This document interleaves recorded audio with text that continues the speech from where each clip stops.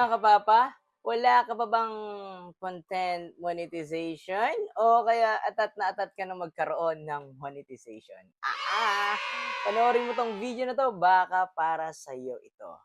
Alright, so ang tagal-tagal ko ng nagfe-Facebook, ang dami ko ng followers, may mga views ako, pero hanggang ngayon wala pa rin akong content monetization. Ah, ah. Yun na nga mga kapapa, si Facebook, meron tayo ditong tatlong monetization. Yes, meron tayong stars, content monetization, at meron din tayong subscription. Yes, invitational po ito mga to. Invitational, yes. Totoo po. At syempre, paano ka magkakaroon ng content monetization? Yes. Paano ka magkakaroon ng content monetization? Ito'y meron tayong criteria. Criteria talaga. Yan yung 150k views at 10k followers. 10k followers na kailangan mong tapusin. Kailangan magkaroon ka ng 10k followers at 150k views. So, Papa Prince, paano yun? Natapos ko na, nagkaroon na ako. Natapos ko na yung criteria ko. Ano? Magkakaroon na ba ako ng monetization? Aray mo, yun ang tanong. So yung mga kapapa, kahit natapos mo na siya, kailangan mo pa din mag-antay kay Facebook ng invitation mo.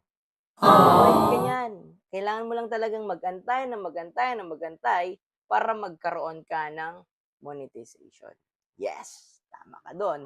At paano ka magkakaroon ng invite? Paano nga ba? So, kailangan mo lang, mga kapapa, maging consistent dito.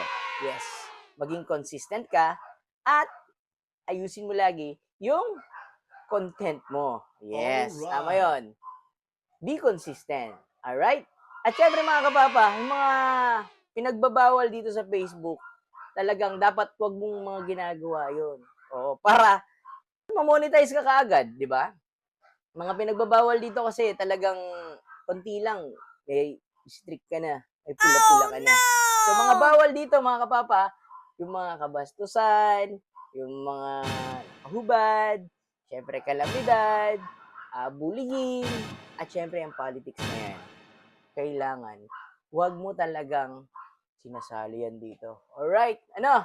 Para hindi ka magkaroon ng pula. Yes, ito yun. At syempre mga kapapa, baka pwedeng i-share mo naman po itong video na to. Baka makatulong po sa ating mga idol na gustong magkaroon ng monetization. Thank you po!